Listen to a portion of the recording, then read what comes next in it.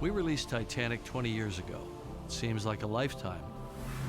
But I remember everything like it was yesterday, from the first dive to the wreck to our last day of production. We were creating a living history, so I needed every detail as accurate as we could make it. We owed the truth to the hundreds of souls lost that night in 1912. Even now, I feel a responsibility to the living and the dead. Did we get it right? After decades of exploration and scientific analysis, we know a lot more than we did when we made the film. So I've gathered a team of experts, Park Stevenson, Ken Marshall, and Don Lynch, to reopen the case file on Titanic and look at what we've discovered over the last 20 years. We'll investigate whether more lifeboats on board could have saved more lives. I think I probably would cut faster if my life depended on it. Hear the surprising story of how the long-lost ship was found. Did you get spooked? It was spooky. And learn how the film affected the families of some of Titanic's famous passengers. Molly Brown sounded like a real pistol. I would have loved to have met her. She was larger than life. We'll step back in time to see how our sets match up against what we've found at the wreck site, and we'll mount tests that may answer questions about the sinking that have bothered me for almost 2 decades. Yes! We'll see where we were right and where we got it wrong.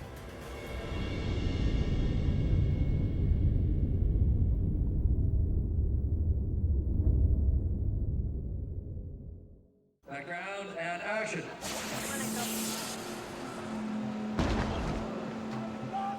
When we made Titanic, we tried to do a film that was as if we had gone back in a time machine to that night. We tried to be as accurate as it was humanly possible to be. You could walk out of Rose's cabin, down the corridor, down the grand staircase, through the reception room and into the dining room.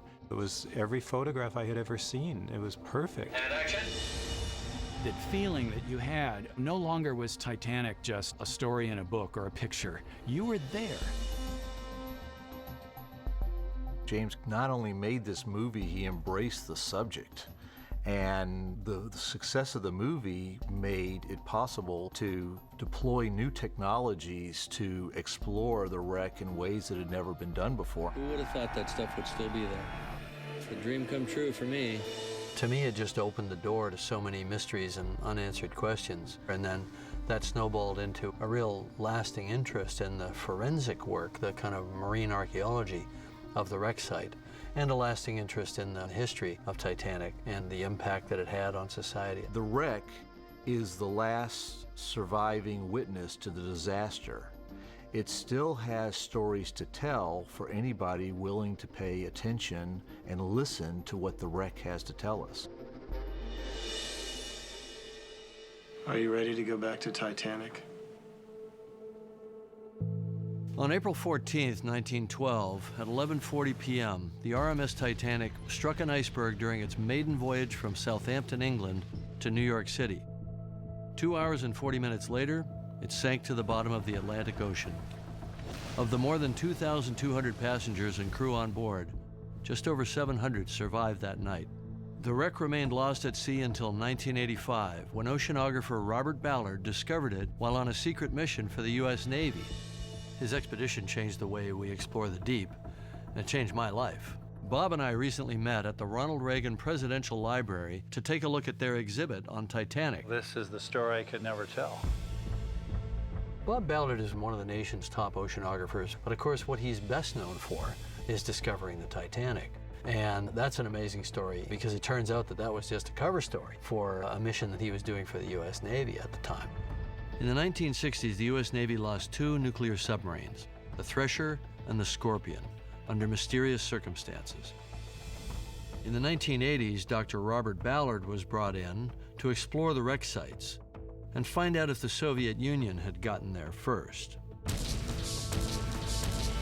My mission was to go out to both the Thresher and the Scorpion and completely document 100% of the wreckage. As it turns out, Ballard found the missing subs and completed his mission so quickly that he still had 12 days left to search for Titanic. It was actually mapping the wreckage that told me how to find the Titanic. When the Thresher and the Scorpion imploded, all these pieces came falling down to the ocean floor. And so as it was falling down, the currents carried it for for over a mile. It was a comet of debris. So instead of looking for a Titanic, I looked for its debris. When the Carpathia got the distress call, it was down here, headed to the reported position. Ran into them early. Ahead of schedule. Yeah. So I said, what's the air celestial navigation back of 5 miles? So I said, let's go another 5. It has to be to the north. Yeah, right. So then you just run straight north. But so I run east-west lines to intersect, to intersect, but space them 0.9 miles. Yeah. And if I don't get it, interspace them at half. You already knew that at that depth, the debris field would be Roughly more than a a mile. mile. Yeah. So I cheated a little. I said, let's do 0.9. That's pretty smart. And then if I don't get it, I'll just interlace. Yeah, right. So we began running lines back and forth, and on the 9th line, hit the debris. You didn't know it was Titanic stuff until you saw the boiler. Correct. Wreckage. Bingo! Yeah! Somebody ought to go get Bob. For some reason that night, I just wasn't sleeping. And the knock on the door, this is now at 2 in the morning, and the cook stuck his head in, and he said, the guys think you might, and he didn't even finish the sentence, and I was past him. And I got into the command center, and just as I entered the command center, they went over the boiler.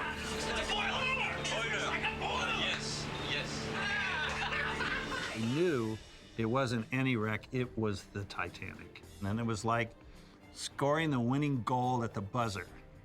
So our reaction was jubilant, jumping up and down, celebrating. And then someone said, she sinks in 20 minutes.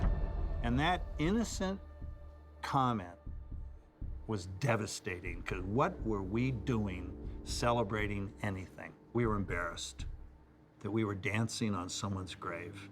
So I just said, stop the ship, I'm going outside. We went out on the fantail and we had a private memorial, and that was it. Everybody that dives Titanic has their own story of seeing it for the first time.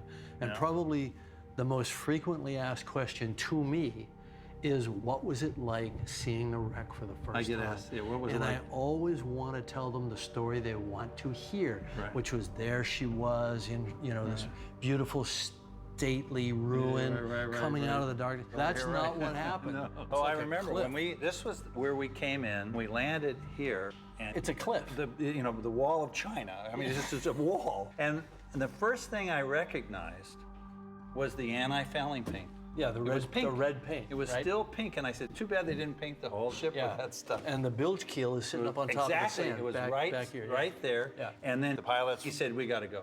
Yeah. So he dropped his weights, and then we began our ascent. But then these eyes. Yeah, which is your lights kicking back. Your lights, all the eyes of the the people were looking at us. Did you get spooked? It was spooky, because we were now in free ascent. Yeah. There was you couldn't stop. You dropped all your weights. Yeah. And it was just all these eyes, and then we cleared it. It was amazing. That's pretty much what it looked like to me the first time, except we were down here someplace, and we came in on her right about here. Yeah. And we had come across this bermed up mud. Yeah. He came up, and we just cleared here, right. and then we wound up sitting up here. Yeah. But there's also nothing cooler than coming up on her from the That was our second time. That's the money shot. And that's the money shot Right. looking up. We did it for fake in the movie, and it's the transition shot where it goes into 1912. Yeah. So we come past Old Rose's face, we come to that shot of the stem, the vertical bow, and then we transition into 1912, and we crane up over it, and we see the whole ship. Watch your mate there, sir. Come on, get a rope.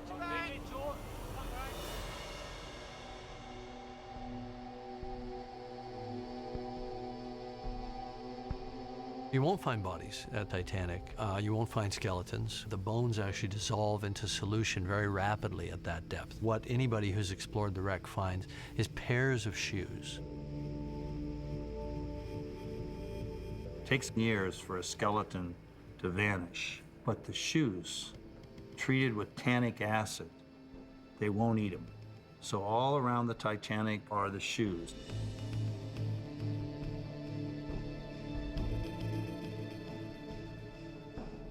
There's a scene where we were filming and we came across a pair of women's shoes next to a pair of girls' shoes. These were people. These were people. Those shoes got to the bottom Double. on people. They were in their cabin.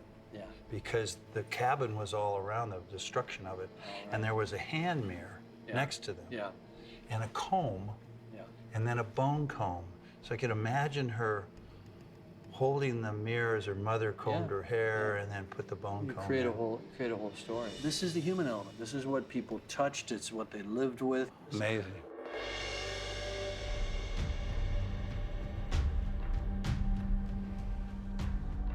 It's pretty daunting when you see all the names all at once. Exactly. I mean, How many people? in this 1,496 people. You know, imagine all of these people out there in the ocean. This is the crowd that was floating at sea.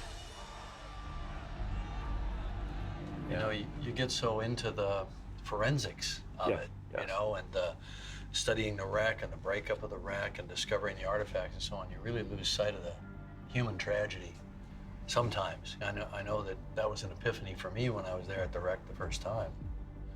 You know, how that hit me. And I'd been studying it for months, you know, but it wasn't at a remove. It wasn't a myth anymore. These were real people. Yeah. Everybody had a family somewhere that's probably affected to this day. Hi, Paul. The great-grandson of Isidore and Ida Strauss. I know their story well. I wanted to meet with the families of Titanic victims and survivors, to hear their stories and learn how they felt about how I depicted their ancestors. I started with Paul Kurzman. His great-grandfather, Isidore Strauss, was a self-made millionaire and a former congressman. He and his wife, Ida, chose to die together on the Titanic.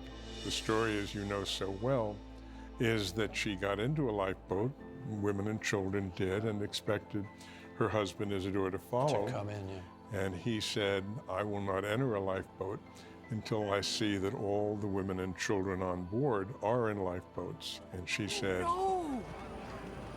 We've been together for 40 years. And where you go, I go. Don't argue with me, Isidore. You know it does no good. we will be on the ship together as it goes down. We will die as we have lived together. When they found Isidore's body, they found a locket with the initials Isidore Strauss. Here is a picture of their eldest son, Jesse. And here is a picture of their eldest daughter, Sarah. Grandmother. My grandmother. Your grandmother. So that's what he kept close to his heart. And this is the most precious item in my life. Right. That's powerful. It's powerful. When the end of the film came, I didn't want to move. I didn't want to leave the theater. Well, thanks. I was captured. It was really the accuracy, the work that you did as director toward ensuring authenticity. It wasn't just me, film. though. It wasn't just me, because once we had dived to the wreck, everybody who came aboard, production designer, costume designer, everyone felt that we had to live up to that standard. 20 years ago, we tried to bring Titanic to life without compromise. We did the best we could with the information we had. But since then, I've made 33 dives to the wreck site, and I've discovered surprising new things about the ship and solved mysteries that have puzzled explorers for decades.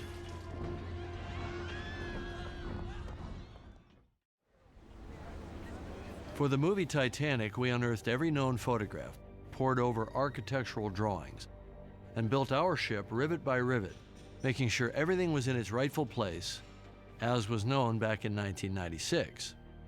Today, at the Reagan Library exhibit, we'll look back at some of our film sets armed with ROV footage from my 33 dives to the wreck to see what we got right and what we didn't. It's quite proper, I assure you. This is the sitting room. Wow, so they've completely rebuilt the set. You know, I haven't seen this since we made the film 20 years ago. Great? It's great, yeah. This was like one of our first couple days of shooting. One of the very first things that Kate Winslet and Leonardo had to do was, you know, get naked. We were inspired by this Regency motif that was known to be on Olympic and known to be on Titanic in other rooms. And we placed it into the portside millionaire suite, the three-room suite, because nobody knew what was in there. We didn't know that at the time. I was working in what was not known. The crazy thing about all this is we made the movie in '96, and in 2005 we got into the Strauss suite on B deck, and it looked just like the fake set. The most excited I've ever seen you. Oh man, that was like I was geeking out. Oh, say it's not the clock. It looks like a clock Say it to is me. not the clock on the mantle. Oh my God! And look at the This is woodwork. outrageous. It was just sitting there. It was utterly surreal. It was like a little bubble of perfect preservation. Oh, it's unbelievable. If you wrote a screenplay with that, it's almost, you know, like pushing it. Yeah, sure, the clock's going to still be sitting on the mantle. It was. Of course, it was attached for heavy seas in the North Atlantic, but that nothing hit it, that no furniture floating around the room. Took it out or broke the glass. Exactly. That clock holds an important forensic clue. That clock has the time that this cabin flooded. Right. And we know the times on the chronometer on the bridge, so if we can get the time off that clock and match it to the time on the bridge chronometer, we have the rate of Titanic sinking. You're telling me I got to go back down there? Well, there's some muck on that thing. We need to clean it off and see what it says.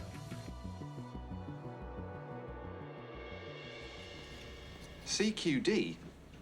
Sir? That's right, CQD, the distress call. That's our position.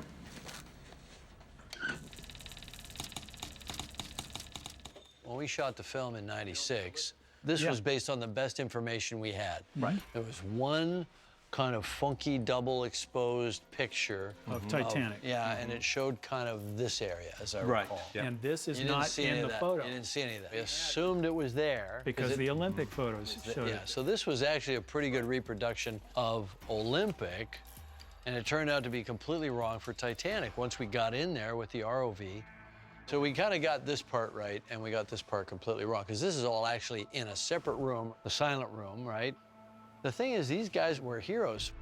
I didn't have time to get it into the film, but the wireless operators were like the hackers of their day. The actions taken by operators Bride and Phillips saved hundreds of lives. They lost power on the set the day before the disaster. The Marconi maintenance manual says in this situation, you leave it alone, wait for a Marconi engineer ashore to fix it, and you're gonna operate off this emergency coil here. Yeah, So which is battery powered. Yeah, which had Zippo for range. About 60, 70 miles theoretical range, which Carpathia was a little bit outside that range when she started to pick up Titanic's distress calls. Right, and go in the other direction. So if they hadn't rebuilt the set, they wouldn't have been able to talk to Carpathia. Probably not. Carpathia saved over 700 people. The point is, they wouldn't have been saved if these guys hadn't disobeyed the rules.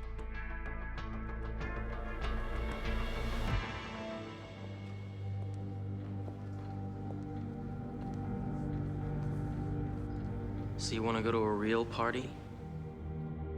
So this is the grand staircase, which we built it from the plans, the way they actually built the staircase. So the staircase has got a steel footing. Then when we sank the ship, it lifted. Wood is buoyant. It ripped off that footing and it all floated up. And it actually pinned 2 stunt players. Fortunately, they weren't hurt, but it was a pretty scary moment. When the wreck was first found, there was no staircase. And the assumption was made that the little wood-boring mollusks had eaten the whole thing. But then we couldn't figure out why all the columns and wall paneling and everything on the D-deck level and so on were still there. And this Didn't is add so up. substantial. I mean, this is solid oak. Oak is one of the strongest, densest woods. Yeah. And even if the wood had disappeared, where did all those iron balustrades go? Yeah, exactly. So we went down and we looked around the bottom with the ROV. We couldn't even find remnants. No. Couldn't find remnants of the balustrades. We couldn't find remnants of the stairs or any of that stuff. So we thought, it floated out. It was an interesting, you know, kind of art imitating life. Yeah. Where Exactly. if we hadn't made the movie, we wouldn't have come to that answer, I don't think.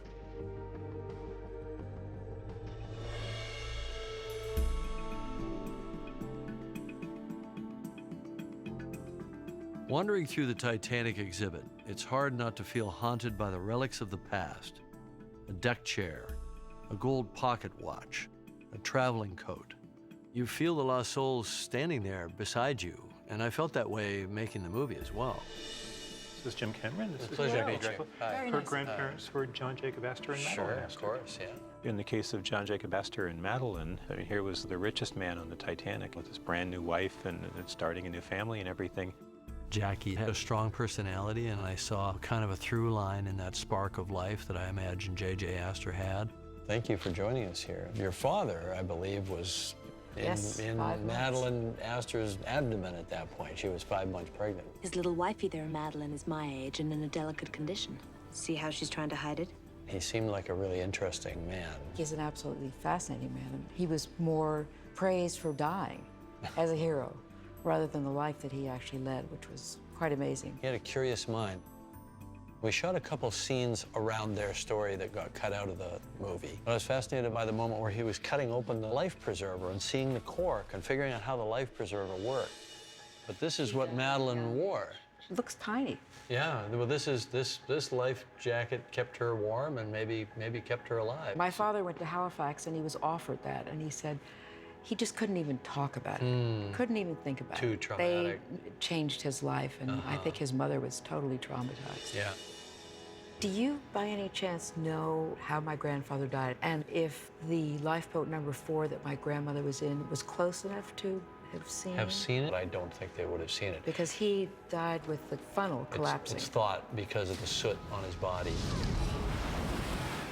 Your vision of the faces in the water gave just the most amazing, chilling feeling. I think one of my realizations after the film was released is that, you know, this isn't ancient history. This isn't 200 years ago. In trying to sell viscerally how traumatic it must have been for the survivors, including going back into that field of bodies, trying to find somebody still alive, you know, I probably wasn't as sensitive to how that might have felt to people whose families had been traumatized by the event. I'd never thought about it before. Yeah. And I saw it, and it really hit me. The film Titanic depicted what we believed was an accurate portrayal of the ship's last hours. We showed it sinking bow first, lifting the stern high in the air before its massive weight broke the vessel in two. Over the past 20 years, I've been trying to figure out if we got that right. I've dived to the wreck dozens of times, and I brought in naval engineers to analyze all the complex variables at work. Now, I want to take it to the next level, doing an actual real-world physical test of the sinking that incorporates the new information we've gathered. Will it sink the way we portrayed it? I don't know. Our mission is to mirror the physics at work as best we can and see what happens. There's a gazillion theories floating around. There always have been. We want to come up with a credible theory. The whole purpose of this investigation is to understand, does this hang on or does it go away? I've been talking about the bow swinging down and breaking off for 20 years, but I never had any proof. It's just outside of science at this point. And I thought, well, we'll just build a model and break it. I have no way of saying that that is in fact what happened, but I'd like to be able to rule it in as a possibility. Because then I don't have to remake the frickin' film. We're gonna be doing practical rigging with pyrotechnics and sinking it in a tank. I immediately thought of Gene Warren. I've known him forever, and we've done a few projects together over the years. Let's think about what would be the best way to help hold that up when this breaks. He wanted us to do a disaster forensics on really what happened when Titanic sank. Because water is water. Water doesn't change its dynamics. Let's see what the bow does, let's see what the stern does, and recreate what might have happened. I've been wanting to do this damn model test for a long time. I knew that trying to incorporate all the lessons we'd learned about the sinking into a single model test wouldn't be easy. Well, that's not what I believe happened. But I was about to find out just how hard it would be. You're not following what I'm saying. Iceberg, right ahead! For over 20 years, I've wondered why Titanic went down the way it did.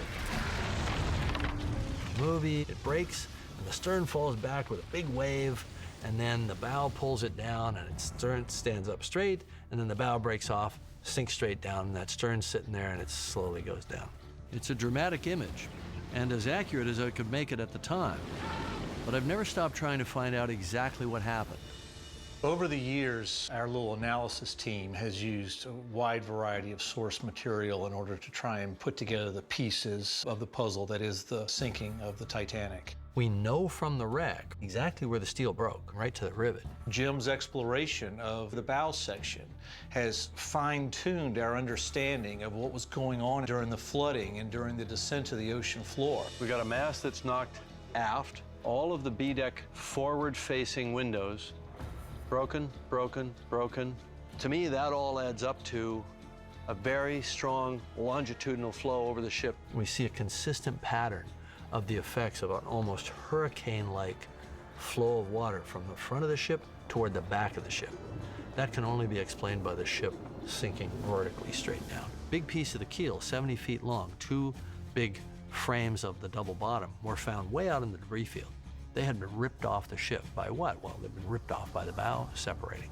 Bit by bit, putting all these little data points together, we're essentially able to reverse engineer major key frames of the sinking. We engaged the United States Navy to build 2 computer simulation models of Titanic.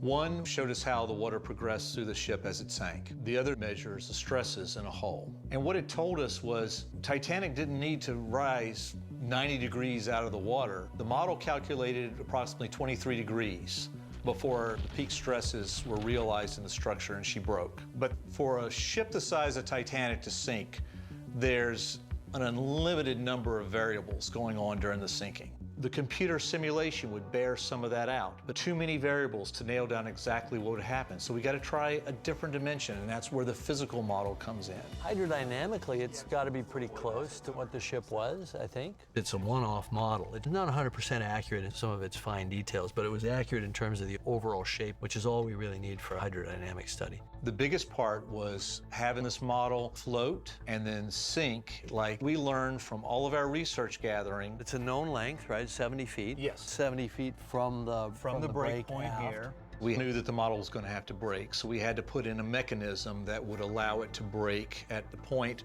where our computer simulation had indicated. And so this is the hinge piece down here? The hinge is right here. No, that's not what I'm calling the hinge piece. The hinge isn't here. The hinge is here. Jim, he'd given us some direction. We kind of got it half right, but he wanted the hinge in a different place. It's what I call the banana theory, which is as the ship broke, that keel, the strongest part of the ship, held on. This falls back, and that's there, and then it rips away. That's and there's your hinge piece. And as it ripped away, it formed almost like a third piece. The keel, it goes like that. No, it doesn't take off yet, necessarily.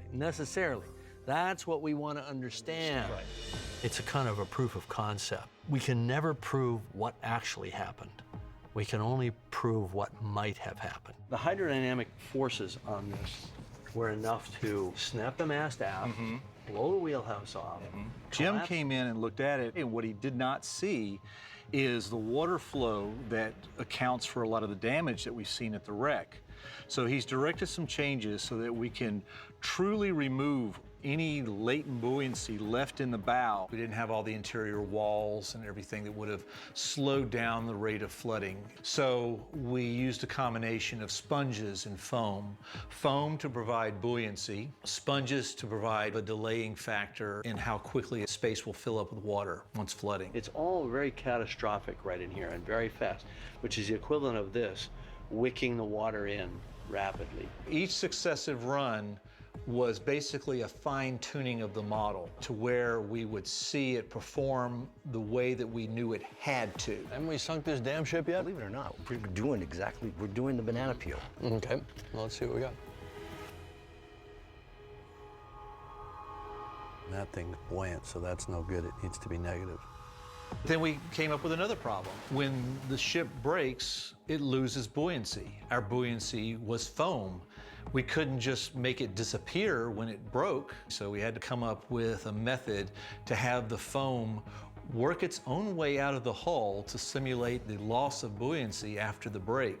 If they tried to adjust flotation in this so that the break happened where it's always been filmed, it's too high out of the water. Yeah, we definitely got that wrong. At that point, it became a team effort. I would drill up this area, right? Yeah. This should all be packed with sponge up in here. He jumped in with us like we were at Roger Corman days, like he was in his 20s again. So we'll probably have to cut these up, right?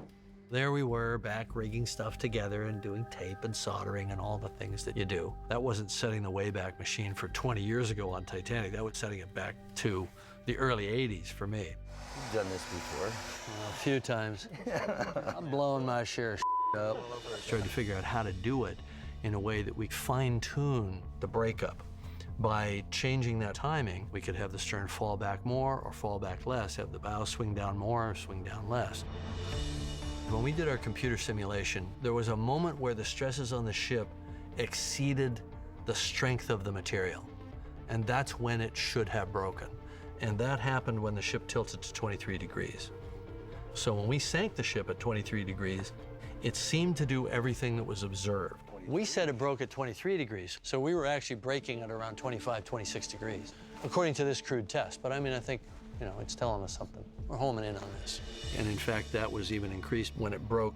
The stern kind of popped up a little bit, and you could kind of see the break. And the bow swung down and detached and fell vertically. So we feel pretty comfortable that it was somewhere between maybe 20 and 30 degrees of tilt when it broke. All right, here we go. Let's do it. Let's roll. All right, so drops are clear. And brakes right at the water line. Oh, that's Comes sweet. up a little bit. Sweet. Swings down, pulls the stern more vertical. That's the banana model. Check that out. Touchdown! We did see some scenarios played out almost exactly as it was filmed. The stern going under vertically, giving Jack and Rose their few moments right there at the fantail. As the stern came up and went vertical, it always turned almost 90 degrees. And that's exactly what people saw. Now, people describe it standing up like a tower or like a finger pointing at the sky. And that's exactly what we saw. Yes! Vertical stern! Yes! It's not like we did a battery of 100 runs with a very precision model, but I think it does show what is possible to have happened. I think what we're seeing is there's a range, right? You can get it to where the stern falls back, but then it doesn't go vertical when it goes under. Well, we found out you can have the stern sink vertically, and you can have the stern fall back with a big splash, but you can't have both. So the film is wrong on one point or the other. I tend to think it's wrong on the fallback of the stern because of what we see at the bow of the wreck. There are about 5 or 6 instances of hydrodynamic effects, and there's only one way that can happen. It swung down and it shot off like a bomb, dropping straight down. So I think we can rule in the possibility of a vertical stern sinking, and I think we can rule out the possibility of it both falling back and then going vertical. We were sort of half right in the movie. With each thing that we try, each step that we take, I think we're getting closer and closer to what actually did happen that night. Okay, let's do it again. That was perfect. Let's do it again. I'm constantly fascinated by the engineering, the hardware, the forensics, and I'll get very excited about the ideas, you know. You always have to kind of grab yourself by the scruff of your neck and remind yourself what happened there was a real tragedy that happened to real people, and it still resonates down through time in this very powerful way. And sometimes you forget that in the moment, but I try never to forget it for very long. Our scale model sinking took only seconds. In real life, the passengers and crew had about an hour and a half to escape. More than 2/3 of them didn't make it. Which brings up another controversy. Could more people have been saved? Mr. Andrews, forgive me. I did the sum in my head. And with the number of lifeboats times the capacity you mentioned, forgive me, but it seems that there are not enough for everyone aboard. About half, actually. Titanic carried 20 lifeboats, but they only managed to launch 18 in an hour and a half. Now, we've all been told that if the ship carried more boats, more lives could have been saved. But would that really have made a difference? Could the crew have launched more boats in the time they had? I've wondered about this for a long time, and we never tested it until now. So what we did was we took a replica lifeboat left over from the movie with a set of davits mounted atop a platform that was tall enough to represent the height of the promenade deck, boat deck being up on top. Got a crew to man and lower the lifeboat so that we could see how long it took. We figured that it would take about 2 minutes to roll the canvas back on these lifeboats. Roll back that cover! Roll back that cover! So we preset our clock to 2 minutes. Okay, so the ropes are in, and you guys know what to do, right? To get them flaked out on the deck? Mm-hmm. You're gonna do that sort of there and there, so we need to stay out of those? No, we can put it right there. Well, put it where you would have done it if you were really on the ship. Okay. And if we're in your way, then move us out of the way, because we're curious passengers. and you're having to yell at us to get out of the way. Politely, of course, because we're also, rich passengers in the first class area of Titanic. So when we say go, ready the boat, and then tell us when it's ready, okay? Yeah. Bring lines on deck. Clock is running.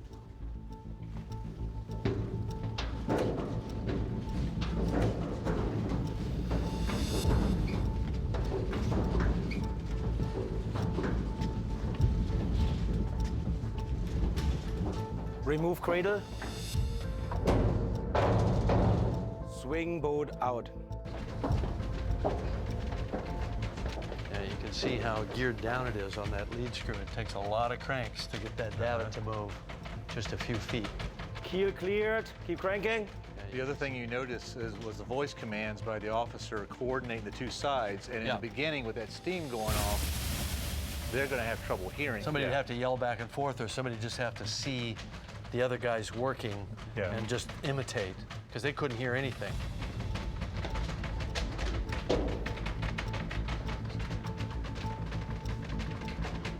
Okay, good. Lower boat to embarkation deck. So at one point, do they start loading it? So they're going to lower it down to the edge of the boat deck. Because then you just step into it. Right, you want to step into it. You do not want them stepping over if you can avoid it. Hold it. Secure the boat. Okay. Stop the clock. 8 minutes and 30 seconds. 8 minutes and 30 seconds. Now we're going to have to just estimate the loading time. The key here is that you don't know how much time you have. You've never practiced this. But just as a baseline, let's get some values for how long it takes to do each part of the operation. Yeah, exactly. So I think you're probably looking at a time that varied. Initially, it was probably slower as people were reticent, and then later, as they got more desperate, it probably sped up. Let's say 10 minutes. Okay. Let's say 10 minutes. Yeah. Okay, that puts us up to 18 and a half minutes. Now let's see how long it takes us to lower one deck level. And clock running. Ready. Okay, lower. You're right, it jerks its way down, and look at the You can see how jerky it is even now, not loaded. It'd be like 3 times that when it was fully loaded. That'd make it a lot harder to lower.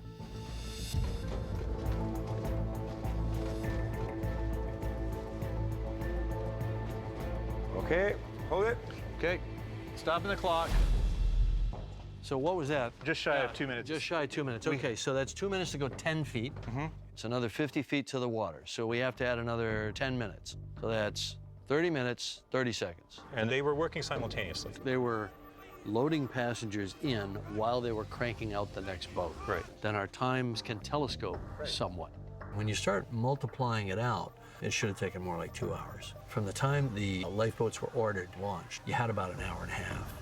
However they managed it, they had just enough time to get those boats away. Not quite enough time. Yeah, not quite. The truth is the last 2 boats, the last 2 collapsibles were washed off the ship. They did not have time. It's actually pretty amazing that they managed to launch as many lifeboats as they did. And what made it even more challenging was that in the final stages of Titanic's sinking, the lifeboats were being launched right on top of each other. To avoid being crushed, men were cutting the ropes connected to the davits with pocket knives. I mean, I wanted to see for myself how difficult that was. Let's raise up one end of the boat in contact. About 1 inch out of the cradle, and then they want to cut one of the ropes. Okay. No, I was thinking more like a foot. Let's do an action shot. Let's raise it up a foot, guys. All right, so who's gonna do the honors? What, somebody has to go into the boat? I'll do it. Whatever happens, Jim, we'll get it on film. Exactly. Let's go. Clock running. All right. Jeez. Is this an actual knife? It should have been a really sharp knife. And it's sharp. But we do know this type of knife was used. All right, I'm gonna go with your expertise. I think I probably would cut faster if my life depended on it. That's promising. We're getting close. Oh, jeez. You imagine like 50 people screaming? Yeah. Water coming up? There's a boat coming down in your head, don't forget. Yeah, that too. That's gonna get dramatic here in a second. You can hear it. All right, that's promising.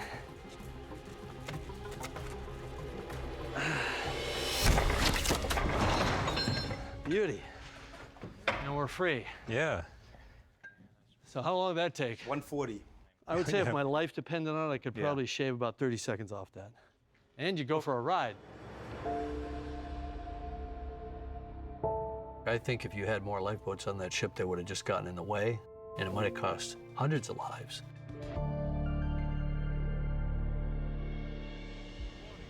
At Cherbourg, a woman came aboard named Margaret Brown, but we all called her Molly. History would call her the unsinkable Molly Brown. Well, I wasn't about to wait all day for you, Sonny. Yes. Here, if you think you can manage. Yes. Margaret Brown was one of the most famous survivors of the Titanic. Her warmth and strength after the disaster became part of the legend. Margaret Brown, Molly Brown, as the world knows her, was obviously quite a character. She sounded like a real pistol. I would have loved to have met her. Seems like you've got a little bit of her gene of vivaciousness. Oh, that's nice of you to say. She was intelligent. She had like that emotional intelligence to read the situations, and I really like that. The fact that she was in boat 6 with the guy that was at the helm when they hit the iceberg, the guy that was in the crow's nest who should have spotted the iceberg maybe a little bit sooner, and then the helmsman, Hitchens, he refused to go back and got into a real tussle with her. There's plenty of room for more. And there'll be one less on this boat. If you don't shut that hole in your face. I like to say that my great-grandmother's story starts where your movie left off, because later in the night, she actually took over that boat. Right. Actually using the same threat that Hitchens had used on her, that if you interfere with us doing what I think we need to do right now, I'm gonna throw you overboard. You don't understand. If we go back, they'll swamp the boat. They'll pull us right down, I'm telling you. Knock it off. You're scaring me. And they told me that he had said during his lifetime, Mrs. Brown could have gotten into any boat that night. Why did she have to step in mine? Well, she was very confronting with him. He was at the helm when the ship hit an iceberg.